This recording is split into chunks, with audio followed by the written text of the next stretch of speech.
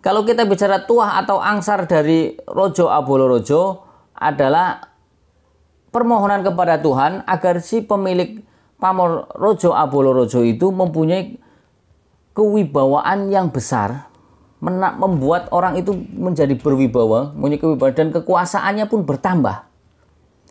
Kemudian juga mendapatkan protek atau perlindungan ketika saat peperangan.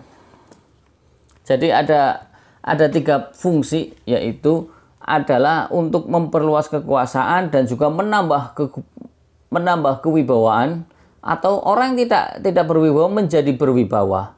Kemudian mendapatkan protek, perlindungan ketika terjadi peperangan.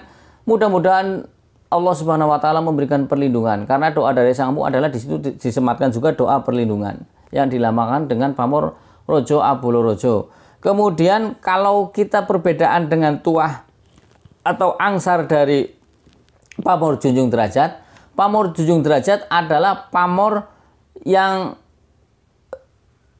mempunyai tuah atau angsar permohonan kepada Tuhan Yang Maha Esa agar si pemilik pamor Junjung Derajat agar bisa cepat naik pangkat, dan makanya pamor Junjung Derajat lebih cocok dipakai untuk pegawai negeri atau orang-orang yang masih meniti karir dalam suatu perusahaan.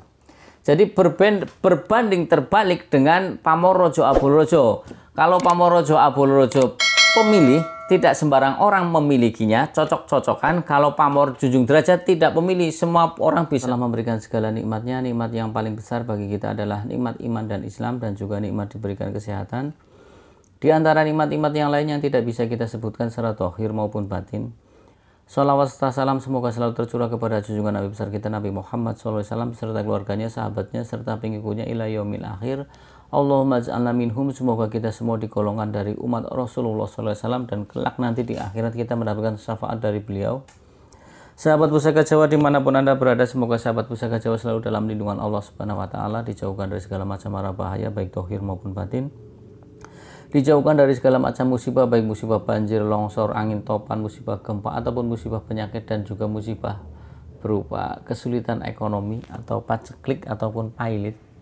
Sahabat Pusaka Jawa yang sedang sakit, semoga Allah segera angkat penyakitnya dan diberikan kesembuhan, dan mendapatkan 2 sekaligus berupa kesembuhan dan juga pahala karena telah ridho dengan koto dan kotar sebab kena sakit ya. Kemudian sahabat Pusaka Jawa yang sedang sulit ekonominya, semoga Allah bukakan keran rezekinya lebar-lebar dan mendapatkan rezeki yang berkah berlimpah sampai ke anak cucu, sehingga sahabat Pusaka Jaya mempunyai hutang banyak ya, terlunaskan semua kebutuhan semua ya, terlunaskan tanpa kurang satu apapun. Sahabat Pusaka Jawa dimanapun Anda berada, kali ini saya akan membabar 1 bilah pusaka, yaitu berdapur tombak ya, karena kadang saya juga bahas keris kayaknya agak keris maning, agak capek ya. Kali-kali kita bahas tombak lagi. Jadi tosan aji kan banyak, ada yang tombak, ada pedang, ada badik ya, ada wedung, macam-macam sahabat Pusaka Jawa. Nah, ini kita akan bahas tombak lurus, yaitu tombak yang sudah masyhur, sudah banyak orang kenal, namanya yaitu tombak Biring Lanang. Saya pernah membabar tombak Biring Lanang, tapi tentunya dengan yang saya akan tampilkan pamornya berbeda. Nah, sahabat Pusaka Jawa dimanapun Anda berada, kita ambil pusakanya ya. Nah, ini belum saya bikin tutup tombak sahabat Pusaka Jawa ya, masih beginian, masih telanjang ya.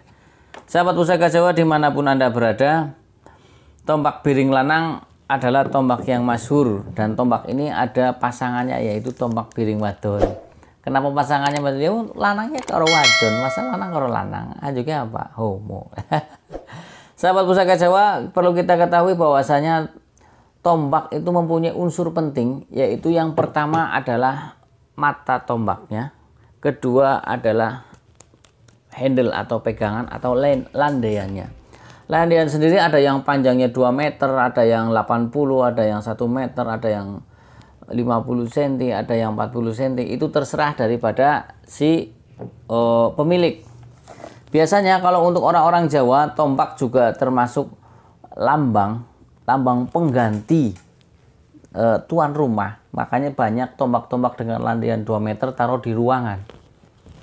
Ya, terus di tengahnya biasanya payung. Ya, payung. Nah, itu sebenarnya mempunyai makna filosofi adalah ketika tuan rumah belum keluar, penggantinya adalah sebagai tombak itu. Ya, seperti itu. Nah, sahabat Pusaka Jawa dimanapun Anda berada, kemudian tombak pada awalnya kan adalah senjata sebagai senjata apa ya? Berburu.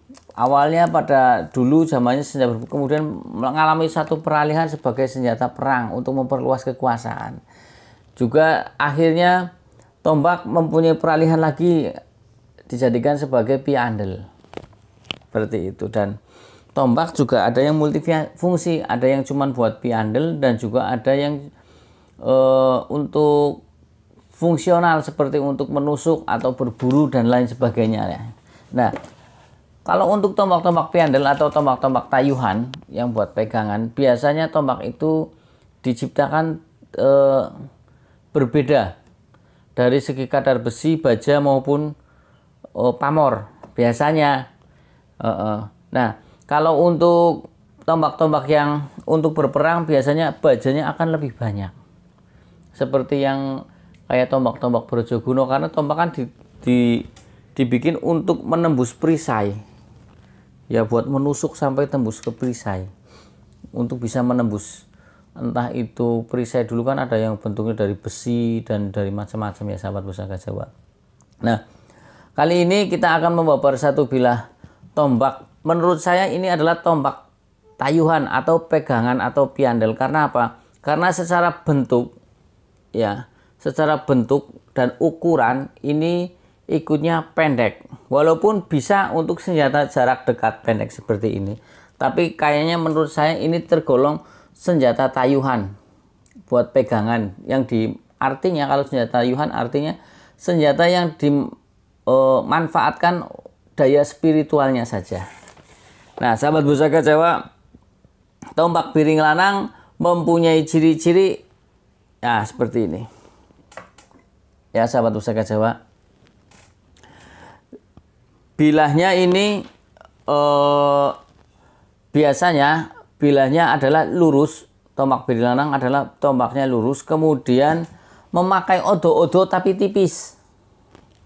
Odo-odonya tipis. Kalau tombak piring wadon, odo-odonya yang di sini itu kelihatan tebel, kelihatan sekali. Kalau piring lanang kelihatan tipis. Kemudian untuk di daerah sini bengkekan ya, karena berbentuk bengkek kayak pinggul.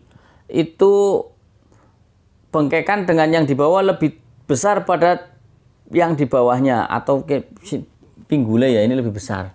Nah, sahabat Pusaka Jawa, kalau kita melihat makna dan filosofi piring lanang adalah ada yang mengatakan seperti ini.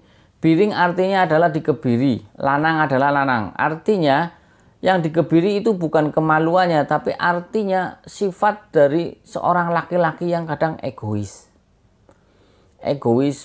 pengen menang sendiri, pemarah atau temperamental ya. Biasanya kan seperti itu seorang laki-laki, minta posisinya serba lebih daripada perempuan. Nah, makna filosofinya adalah supaya agar kita yang tadinya pemarah itu bisa menjadi orang yang penyabar, yang tadinya egois kita bisa menjadi orang yang saling pengertian. Ya sahabat Pusaka Jawa, karena bagaimanapun leluhur kita ketika menamakan satu bilah pusaka itu pasti termaktub satu doa dan harapan kepada anak cucunya, dan diharapkan juga anak cucunya tahu makna dan tujuan dinamakan dapur ini apa. Jadi ketika seorang laki-laki memegang dapur piring lanang, tujuannya adalah kita biar menjadi seorang laki-laki yang mempunyai pengertian terhadap pasangannya ataupun terhadap orang lain. Egonya tidak tinggi. Kemudian yang tadinya pemarah, dia bisa menjadi seorang penyabar. Ya sahabat, sifat laki-laki yang tadinya minta diprioritaskan, dia bisa mengerti, ya udahlah kita bisa, yang penting sama-sama enak aja, tidak harus saya yang pertama, seperti itu. Nah, sahabat Pusaka Jawa, kalau kita melihat dari pucukan bilahnya ini adalah ikutnya Anggabah Kopong, sahabat Pusaka Jawa. Pucukan bilahnya ini Anggabah Kopong.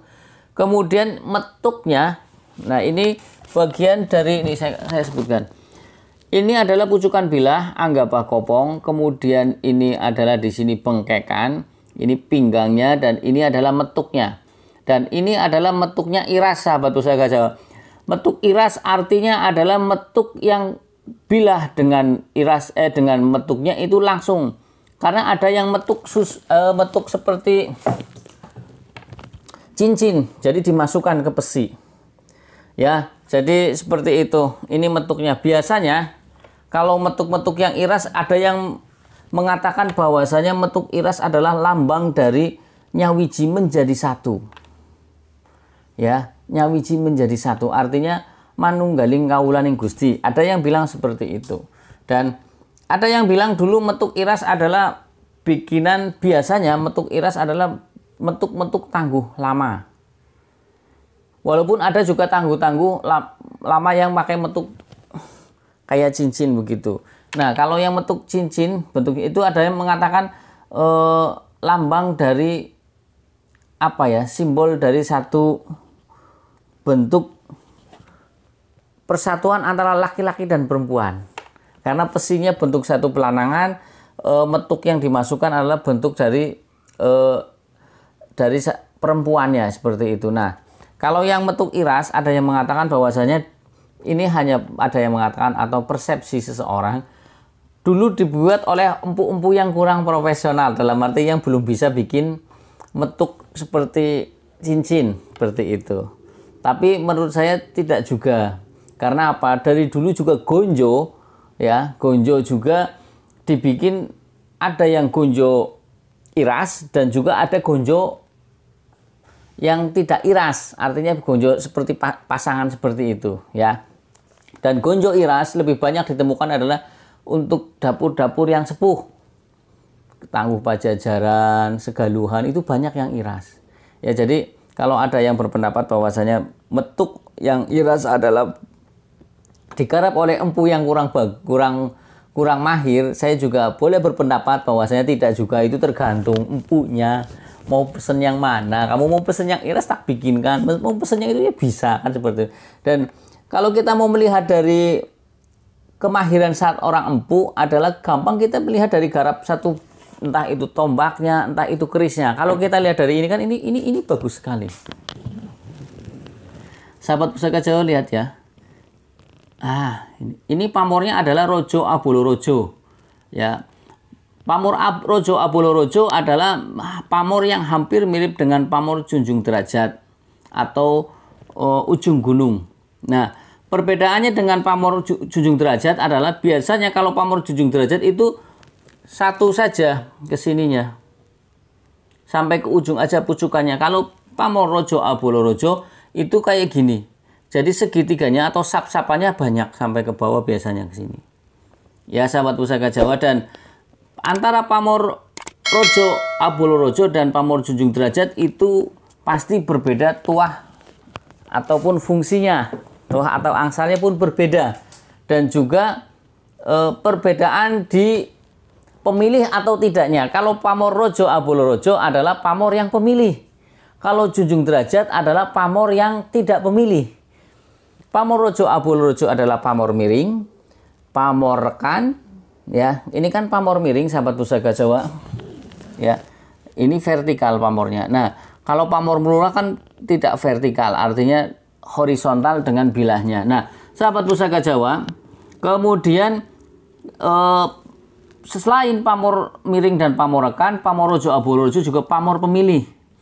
Nah, kalau pamor Junjung Derajat atau Ujung Gunung itu adalah pamor yang miring, pamor rekan, kemudian pamor tidak pemilih. Pamor rekan artinya pamor yang dirancang dahulu oleh sang empu. Nah, ya sahabat Pusaka Jawa, kalau kita lihat dari garapnya, ya, pamor Ujung Gunung biasanya ada dua. Artinya ada dua pamor. Setelah dari ujung bilah sini biasanya ada pamor lain seperti ngulit semangka. Di ujung gini biasanya sini ujung, terus di atasnya sini ada ngulit semangka, Pulau Tirto ataupun Wosutah. Kalau pamor rojo abul rojo seperti ini. Dan kalau kita mau melihat garap bagus tidaknya seorang empu adalah bisa dilihat dari pamornya juga. Ini pamornya tidak putus, sahabat pusaka Jawa. Biasanya ada yang di sini garisnya putus atau namanya pedot pamor. Kalau orang pecinta keris yang senang dengan tuah, pamor yang pedot pamor tidak disukai karena beranggapan mempunyai tuah angsar yang kurang bagus karena di tengah jalan itu pedot. Kalau ini full bagus. Dan kemudian pamornya ini bior, sahabat pusaka Jawa. Bior artinya apa ya? Terlihat jelas. Pamornya bior lah ya. Pokoknya bagus. Ini lihat sahabat pusaka, saya dekatkan. Ya, ini saya dekatkan. Nah,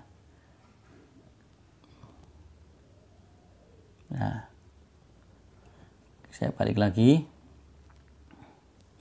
Dan ini jelas satu bahan karena metuknya iras dan juga metuknya pun sama, berpamor juga ya sahabat pusaka. Nah, kalau kita bicara metuk yang pasangan, biasanya ketika membuat saton itu dipotong berapa senti yang bakal dijadikan untuk metuk. Satu bahan, masih satu bahan dipotong, baru nanti bila digarap, nah yang potongan sedikit itu nanti dibikinkan untuk metuknya. Nah, sahabat pusaka Jawa dimanapun Anda berada, kalau kita bicara tuah atau angsar dari rojo abolo rojo adalah permohonan kepada Tuhan agar si pemilik pamor rojo abolo rojo itu mempunyai kewibawaan yang besar, membuat orang itu menjadi berwibawa, mempunyai kewibawaan dan kekuasaannya pun bertambah. Kemudian juga mendapatkan protek atau perlindungan ketika saat peperangan. Jadi ada 3 fungsi, yaitu adalah untuk memperluas kekuasaan dan juga menambah kewibawaan, atau orang yang tidak berwibawa menjadi berwibawa. Kemudian mendapatkan protek, perlindungan ketika terjadi peperangan. Mudah-mudahan Allah Subhanahu wa taala memberikan perlindungan, karena doa dari sang empu adalah di situ disematkan juga doa perlindungan yang dilambangkan dengan pamor rojo abolo rojo. Kemudian kalau kita perbedaan dengan tuah atau angsar dari pamor junjung derajat adalah pamor yang mempunyai tuah atau angsar permohonan kepada Tuhan Yang Maha Esa agar si pemilik pamor junjung derajat agar bisa cepat naik pangkat, dan makanya pamor junjung derajat lebih cocok dipakai untuk pegawai negeri atau orang-orang yang masih meniti karir dalam suatu perusahaan. Jadi berbanding terbalik dengan pamor rojo abolo rojo. Kalau pamor rojo abolo rojo pemilih, tidak sembarang orang memilikinya, cocok-cocokan. Kalau pamor junjung derajat tidak pemilih, semua orang bisa memilikinya. Ya, sahabat pusaka bisa ketahuan ya di situ ya. Nah, kalau kita lihat dari selorok besinya, sahabat pusaka Jawa. Ini selorok besinya sepertinya hitam keabu-abuan, sahabat pusaka Jawa. Kalau lihat dari tampilan seperti ini, dari pamornya, dari garapnya, ini estimasi tangguh Madura Sepuh. Madura Sepuh sendiri tergolong sezaman dengan Mojopahit. Jadi ikunya sepuh, sahabat pusaka Jawa. Biasanya tangguh-tangguh Madura Sepuh garapnya Empu Koso yang terkenal, masyhur, atau Empu Supo. Karena dulu sebelum Empu Supo datang ke Belambangan itu mampir ke Madura dulu, kemudian mengganti nama menjadi Koso.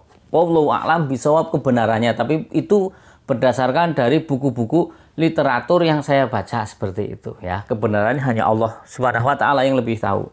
Nah, sahabat pusaka Jawa dimanapun Anda berada, kita ketika mempunyai satu bilah pusaka yang cantik ataupun yang indah, pastinya akan sreg di hati. Ini pertama saya dapat, ini sekedar cerita ya sahabat pusaka. Saya dapat dari seorang habaib atau keturunan Rasulullah SAW, malam-malam datang, kemudian ada perlu lah ya, intinya ada perlu, kemudian beliau minta dimahari sekian dari teman saya pun mengantar ke toko saya sekitar jam 10 malam. Ya, kemudian setelah datang ya saya mahari. Ya, saya mahari alhamdulillah begitu saya lihat pun pertamanya awalnya difoto, tapi saya bilang bawa saja. Ternyata dibawa malam-malam jam 10 dan saya mahari. Begitu saya pegang saya cocok. Awalnya ini banyak minyak misik sahabat Pusaka Jawa, tapi kita cuci, kita bersihkan, alhamdulillah bagus, terang dan istimewa. Ini kemarin juga teman kolektor datang ke toko bilang ini tombaknya bagus. Saya bilangnya bagus. Wong saya aja seneng, rencananya mau masuk lemari. Rencana. Aduh ya Allah Rabbi. Nah sahabat Pusaka Jawa dimanapun Anda berada, untuk mencari pamor yang secara garis, ini kan antara garis satu dengan garis yang lain itu kan tidak menempel. Artinya ada sekat baja yang pamor, baja, pamor gitu ya. Nah, ini bagus sahabat Pusaka Jawa. Ini menurut saya garapnya garap bagus. Jadi kalau empu ya empu yang sudah profesional sahabat Pusaka Jawa. Kadang ada yang bikin Tejo Nurung nyerang bila dan lain sebagainya atau apa ya. Kalau ini kan sap-sapannya banyak nih, tapi kan juga tidak saling menyerang antara garis yang satu dengan garis yang lain, tidak saling nempel. Nah, sahabat Pusaka Jawa dimanapun Anda berada, dari saya itu saja. Barangkali saya ada salah-salah kata, ya salam berucap, saya minta maaf. Kesalahan mutlak milik saya, kebenaran milik Allah Subhanahu Wa Taala.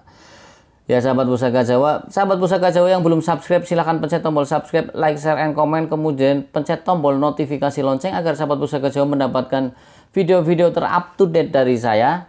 Ya, video-video terup to date dari saya. Yang ingin request dapur silahkan. Saya ingin merequest dapur ini masuk, silahkan komentar di kolom komen. Kemudian kalau ada saya review, kalau tidak ada buat PR, kalau tidak ada ya maafwan, minta dimaafkan. Ya, saya sebenarnya ketika membabar satu bila pusaka, kadang saya tidak melihat dari satu bentuk keindahannya. Mungkin beda dengan para youtuber yang lain, ketika yang ditampilkan kerisnya bagus-bagus, sandangannya pun bagus-bagus. Kalau saya tidak, karena saya pengen mengenalkan kepada para penonton ya di seluruh dunia, tidak cuma Indonesia saja. Oh ini loh dapur, contohnya ini dapur keris ini, dapur keris ini, dapur keris. Walaupun itu jelek, tapi yang penting sahabat Pusaka Jawa tahu ricikannya. Ya sahabat Pusaka Jawa, nanti mungkin next time setelah ini saya akan bikin satu dapur pusaka yang memang belum pernah saya upload ya, tapi memang bilanya pun ya saya dapat masih kotor dan tidak terawat, karatnya tebel ya. Setelah dicuci ya nanti kita lihat hasilnya nanti ya. Nah sahabat Pusaka Jawa, dari saya itu saja. Wassalamualaikum warahmatullahi wabarakatuh. Salam sejahtera, salam budaya, rahayu, rahayu, rahayu.